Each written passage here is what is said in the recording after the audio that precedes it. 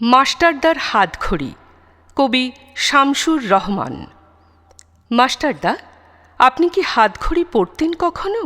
জানি না এই প্রশ্ন কেন আমার সঙ্গে কাঠঠোকরার মতো আচরণ করেছে অনেকবার। মাস্টারদা, আপনার বিষয়ে অনেক কিছুই জানা আছে আমার।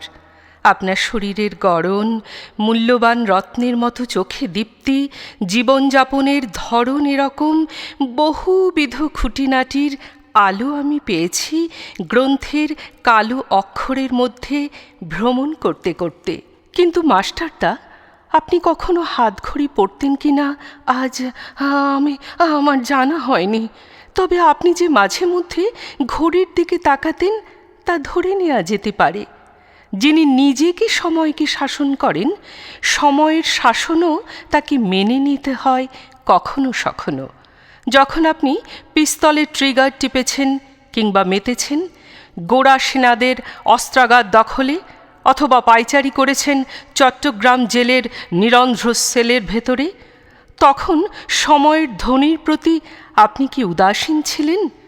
মাস্টারদা, সেই যে মাঝে মাঝে আপনার কণ্ঠে উচ্চারিত হতো একগুচ্ছ শব্দ, সেই অনুসারে আপনি নিজে চোখেও শুনতেন, কানে দেখতেন।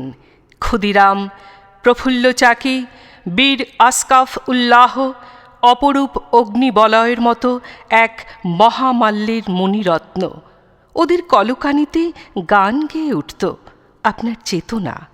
যখন আপনি বসে থাকতেন চুপচাপ, নীল নকশা আঁকতেন প্রতিরোধের, কিংবা সহযাত্রীদের উদ্বুদ্ধ করতেন সামনে পা চালিয়ে যাওয়ার জন্যে। মাস্টারদা, যখন আপনার মাথার উপর ঝুলছিল ফাঁসির দড়ি, তখন আপনার ঋজু মেরুদণ্ড কি শিরশিরিয়ে উঠেছিল শীতার্ত ডালের মতো? আপনার হৃৎপিণ্ডের স্পন্দন কি থেকে গিয়েছিল ক্ষণিকের জন্যে? মাস্টারদা, আপনার ব্যক্তিগত মৃত্যু এক লহমায় হয়ে উঠেছিল বিপুল জনগোষ্ঠীর যুগপৎ, মৃত্যু এবং জীবন। মাস্টার, আপনি কখনো হাতঘড়ি পরতেন কি না জানি না, জানবার প্রয়োজনও নেই তেমন। অমরতা জ্যোতির্বলয়ের মতো রাখি পরিয়ে দিয়েছে আপনার কবজিতে। আপনার হাত সূর্যোদয়ের প্রসন্নতা নিয়ে প্রসারিত হয়ে আছে সেই বিশাল ভূখণ্ডের দিকে, ভাবিকাল, যার ডাক নাম, এবং একটি অলৌকিক হাতঘড়ি যা আপনি হয়তো পারেননি, অথচ আপনারই নামাঙ্কিত ক্রমাগত বেজে চলেছে আমাদের হৃৎপিণ্ডে অনন্তের রৌদ্র নিঃসীম ঝালরে।